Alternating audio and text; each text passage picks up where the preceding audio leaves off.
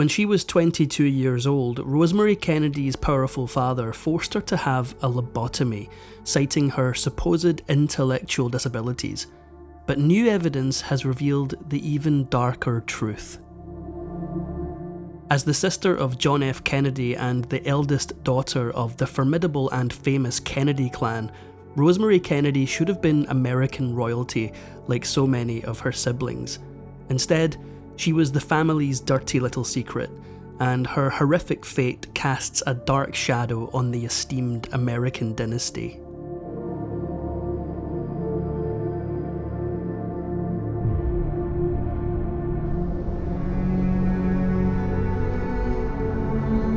On September 13, 1918, Rosemary Kennedy was born into an America in the middle of fighting World War I. Rosemary's family life, however, was a far cry from the blood and toil of the battlefield. Her parents, Joseph and Rose Kennedy, were powerful movers and shakers in the political world and eagerly awaited the birth of their first daughter and third child. One of the other world events going on at the time of Rosemary's birth was the vicious epidemic of the Spanish flu, which was killing people in massive numbers. As it turned out, this was more than just a bad omen. It was the very beginning of Rosemary's tragic fate. Because of the demands of the flu on doctors, the evening that Rosemary's mother went into labour, there was no physician available to see her through the birth. Frantic, the attending nurse made a fateful and horrific decision. The nurse demanded that Rose Kennedy hold her legs closed while in full labour. She wanted to prevent the baby being born before the doctor arrived. The consequences were disastrous. Little Rosemary's head sat in the birth canal for over 2 agonising hours, cutting her off from precious oxygen. Still, the newborn came home to her powerful family, and the Kennedys may have hoped it was going to be okay. It was not going to be okay.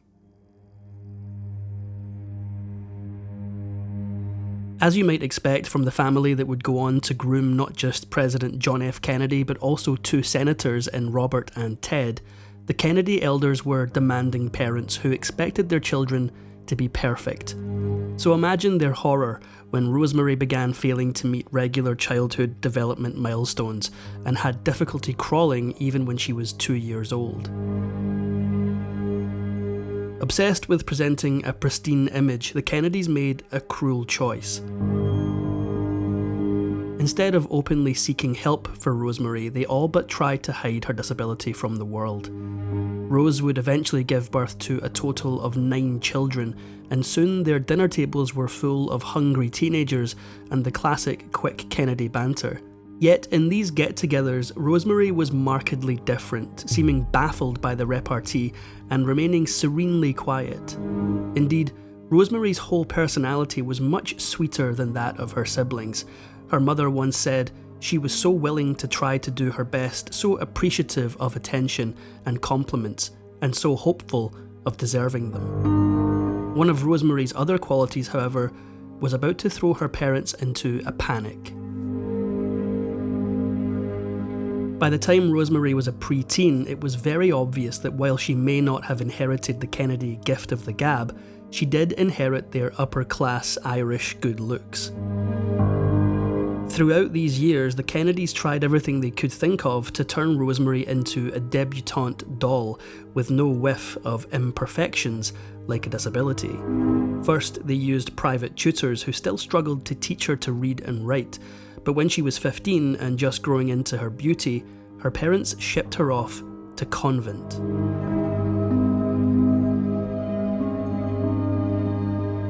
Although Rosemary had attended boarding schools before, her time at the Sacred Heart Convent in Rhode Island was something else entirely. Her parents made sure the nuns educated her completely separately from the other students.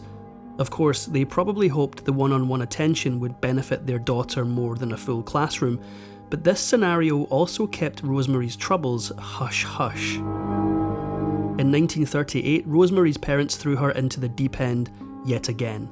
The patriarch Joseph Kennedy had just become the American ambassador to the United Kingdom, and the Kennedy family were fully hitting their stride when it came to social influence. High on their power, Rose and Joseph decided Rosemary would come out as a debutante to none other than King George VI of the UK and his wife, Queen Elizabeth.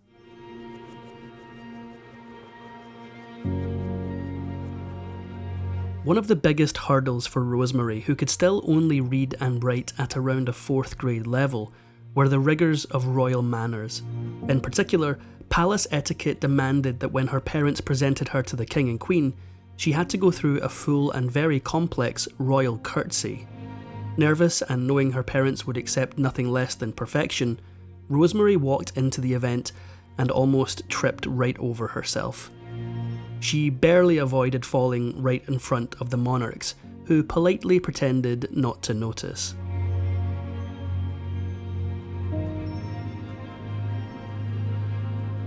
The next year, Rosemary went with the rest of her family to watch the coronation of Pope Pius XII in Rome and also visited the White House. She was now officially a debutante. Yet this celebrity also had terrifying pitfalls for the family. Society magazines now wanted to write Rosemary up in their pages, but her parents thought that any interview their daughter gave would give away her disabilities. While the family did allow some interviews for Rosemary, her parents controlled most of the information that got out to the press. They made up stories about Rosemary studying to be a kindergarten teacher and that she harboured a secret longing to be on the stage. All rubbish, of course. By 1940, Rosemary was on top of the world, at least in the eyes of the public, who weren't privy to her private life. But when she came back from her triumphant debut in England, something seemed to snap. According to Rosemary's younger sister Eunice, the 22-year-old Rosemary's mental and emotional abilities regressed almost overnight. And then the real trouble started. As Rosemary grew into a bona fide woman, she began developing terrifying symptoms. She started to have seizures, or at the very least, some kind of convulsions that confused and scared her family and often left her incapacitated.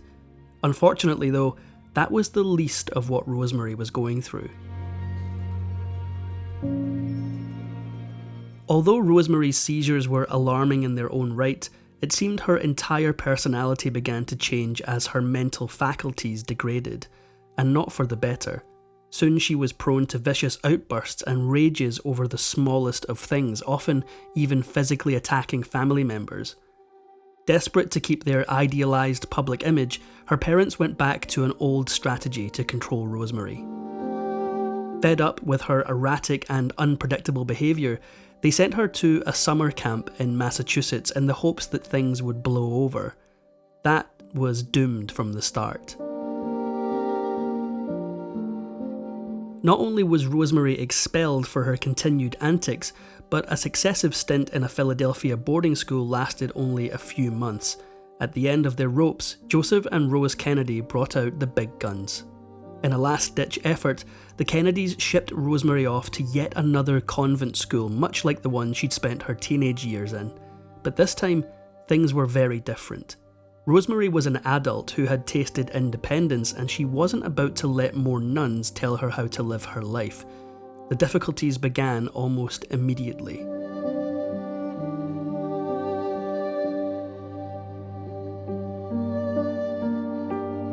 Instead of sitting around at the convent and perfecting her prayers, Rosemary rebelled in a scandalous way. She began regularly sneaking out of the convent at night, much to the horror of the nuns at the school and her own parents. But given what they suspected she was doing on these nights off, they had a right to worry. Although they couldn't prove exactly why Rosemary was sneaking out of the convent, the nuns believed she was meeting men back in town. Everyone was scandalised at the thought of Rosemary getting pregnant. While Rosemary was going through this obvious crisis, her family's response, particularly that of her father, was fundamentally selfish.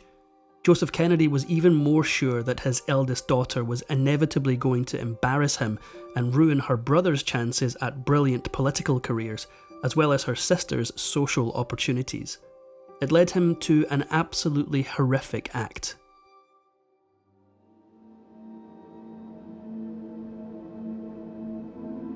Mental illness was little understood at the time, but there was a chilling new solution: a lobotomy. The procedure was meant to calm agitated patients. In the surgery, doctors cut off the neural connectors in the frontal lobe with the intention of almost biologically sedating difficult patients. When Joseph Kennedy heard about the procedure, he thought it was the perfect thing for Rosemary.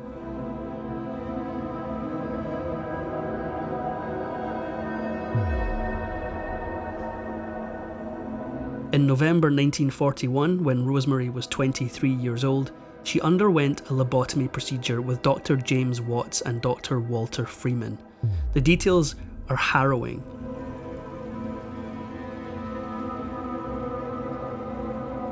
As they worked, they had Rosemary recite the Lord's Prayer, sing God Bless America, or count backwards to see how far they needed to cut. They only stopped when she grew nonsensical. The gruesome job done, they sent Rosemary home to recover. And it didn't take long for the family to realise that something had gone horribly, horribly wrong.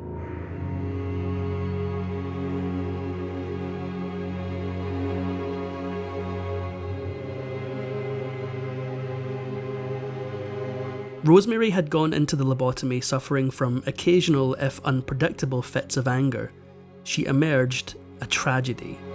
As the days passed and she was supposed to be getting better, it became clear she was actually much worse. The doctors had cut too far, and she could now barely speak at all, at least not with any intelligibility. After her lobotomy, her mental capacity plummeted to that of a toddler's, undoing her years of dedication and hard work in one fell swoop. Yet still, the horror show continued. Unfortunately, Rosemary's condition didn't stop at incoherent speech, nor did it end with the degradation of her mental capacity.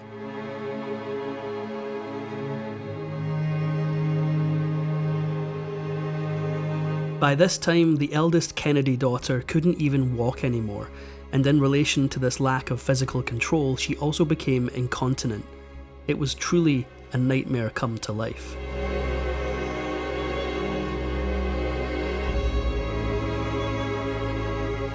Joseph Kennedy was the mastermind behind Rosemary's lobotomy.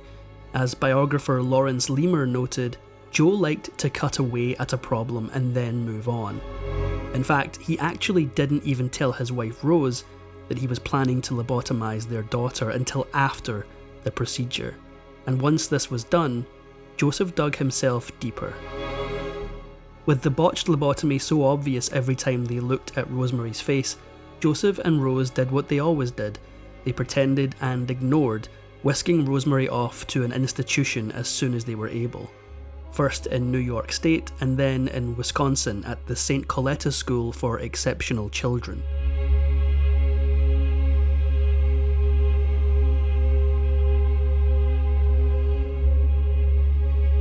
Even there, the Kennedys did everything they could to isolate her from prying eyes, building her own campus residence that people nicknamed the Kennedy Cottage. Rosemary lived a completely separate life from her family at St. Coletta's, and her pleasures were meagre and simple. 2 nuns took care of most of her needs, as she could no longer be even semi-independent. They sometimes allowed her to sit in a car for a drive, take a dog for a walk, or do some pottery under teacher supervision. It might sound idyllic, but it wasn't.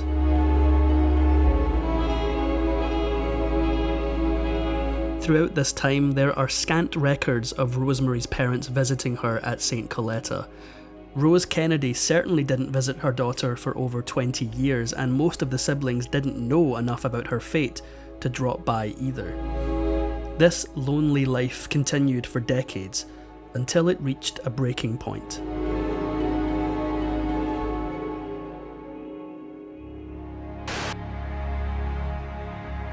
In 1961, Joseph Kennedy got everything he'd ever wanted when he watched his son, John F. Kennedy, campaign for and then become President of the United States. Feeling it was finally safe, it was only then that the patriarch revealed to the public that his daughter Rosemary had been institutionalized for her mental issues. But he left out a crucial detail.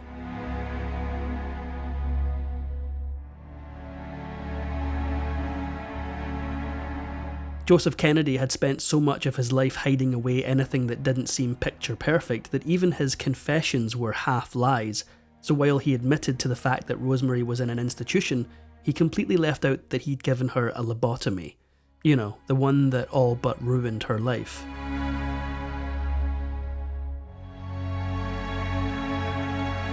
In late 1961, karma finally came for Rosemary's father. He suffered a massive stroke the same year that his golden boy, John F. Kennedy, became president. Like Rosemary, Joseph Kennedy's mental faculties were now much diminished and he had difficulty walking. More than that, he finally let his other children in on where their oldest sister was living. But it would take another tragedy for them to finally see her again.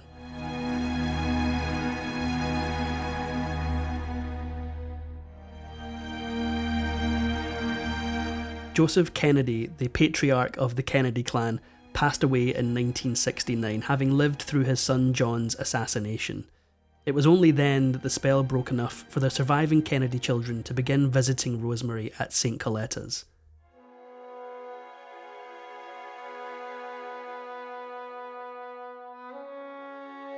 Despite the horrific treatment her family had put her through, Rosemary was a fighter, and she had undergone a stunning transformation. Over the years, she had worked immensely hard to be able to walk again, though she still walked with a limp. And while her speech never truly recovered, she was able to find ways to communicate. To this day, unsettling rumours follow the story of Rosemary Kennedy. Namely, because the Kennedys were so secretive about her, experts still struggle to understand the nature of her mental capacities and disabilities. Indeed, some believe Rosemary wasn't even mentally disabled at all.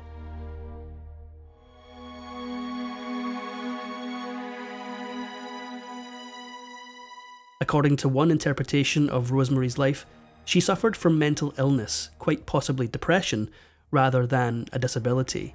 Tragically, it was all the same to her ambitious parents. Even one of the doctors who performed Rosemary's lobotomy, James Watts, later confessed that he didn't think she had a mental disability. Watts himself subscribed to the idea that she simply suffered from depression.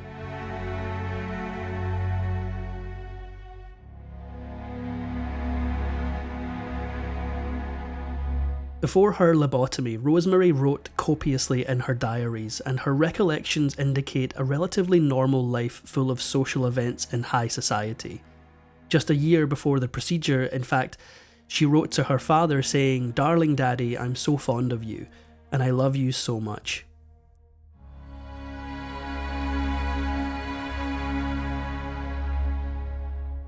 While these messages can't prove her mental capacity, they certainly don't indicate violence in her behaviour. Perhaps then, Rosemary's worst sin was simply being different from the rest of her ambitious family.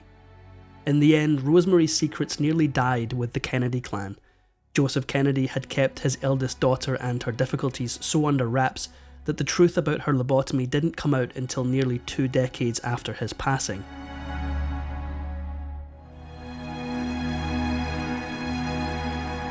Still, there's one silver lining to Rosemary's experiences. In the 1960s, Rosemary's sister, Eunice Kennedy Shriver, founded the Special Olympics, and though Shriver stated that many people and their stories had inspired her to start the Games, Rosemary was one of the kinds of people who she wanted to see more of in sports.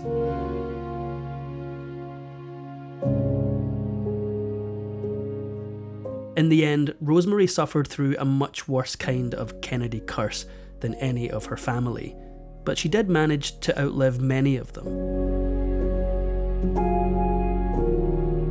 Infamously, her 2 eldest brothers, Joseph Jr. and John Kennedy, died violently, as did her younger sister Kathleen and her younger brother Bobby.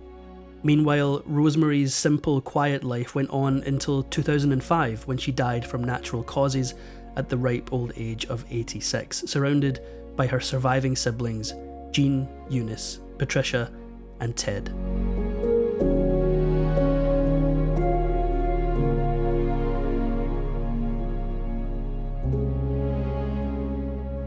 If you enjoyed this video, please give it a like and subscribe for more videos.